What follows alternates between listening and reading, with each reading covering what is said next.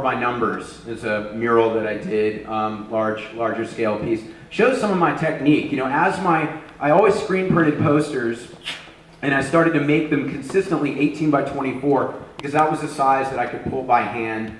And I also used a consistent color palette so that I could create grids that would work. And you know, I was always a Warhol fan. I loved his grid of Coca-Cola bottles, but really it was not that I was just trying to be pop arty. It was that you know, that was the only way for me to cover large surfaces. But I started to develop patterns, and you can see some of the pattern prints behind the girl that would allow me to take over larger spaces with smaller posters. And then the image of the girl is just oversized Xeroxes painted in, and then go out and put those up with wallpaper paste.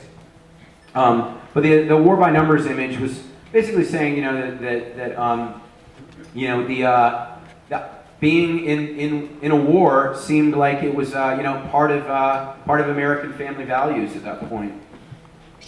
Yeah, more military, less schools.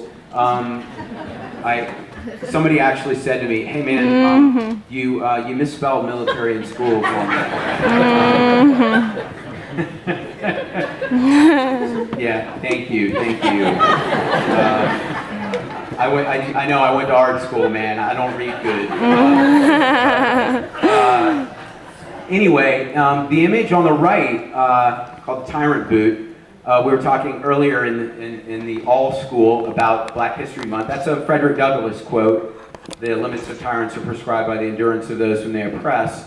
And you know, society always values the people who take a stand with a position that is unpopular, but later is universally recognized as having merit. And those people are sometimes you know, martyrs in spirit or actual martyrs. You know, MLK.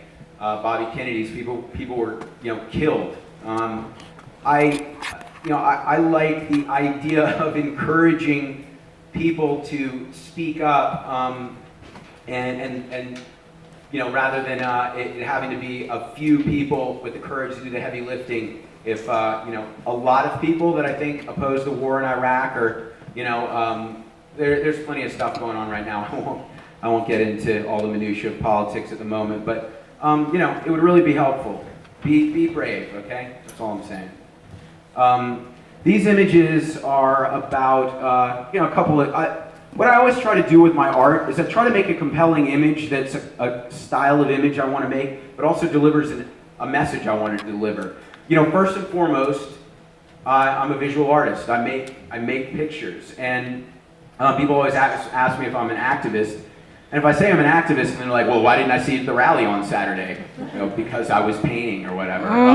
Because I'm a visual artist with some activist leanings. And so the piece on the left, it's called Glass Houses, and it's about how, you know, the bailout I think was a necessary thing, but the bailout didn't come with conditions, and the banks started engaging in the same reckless practices right after they were bailed out, and they've made a lot of money and given huge bonuses, and meanwhile people with upside down mortgages are they're not being bailed out. It's just not fair. The piece on the right is Rise Above. It's Black Flag lyrics. Jealous cowards try to control, rise above. And the funny thing is that building is the Contemporary Art Center in Cincinnati, but it's a really sort of brutalist, you know, monolithic, powerful, intimidating building, but it's a sanctuary for great art. And you know, I love the idea of things not always looking, a book, not being able to judge a book by its cover. You need to peel back the layers. But I love Ed Ruscha's work. I don't know if you know his work, but he does a lot of architectural stuff, and you know, doing some stuff in that vein that creates the picture I want to create and delivers the message I want to deliver is something I enjoy.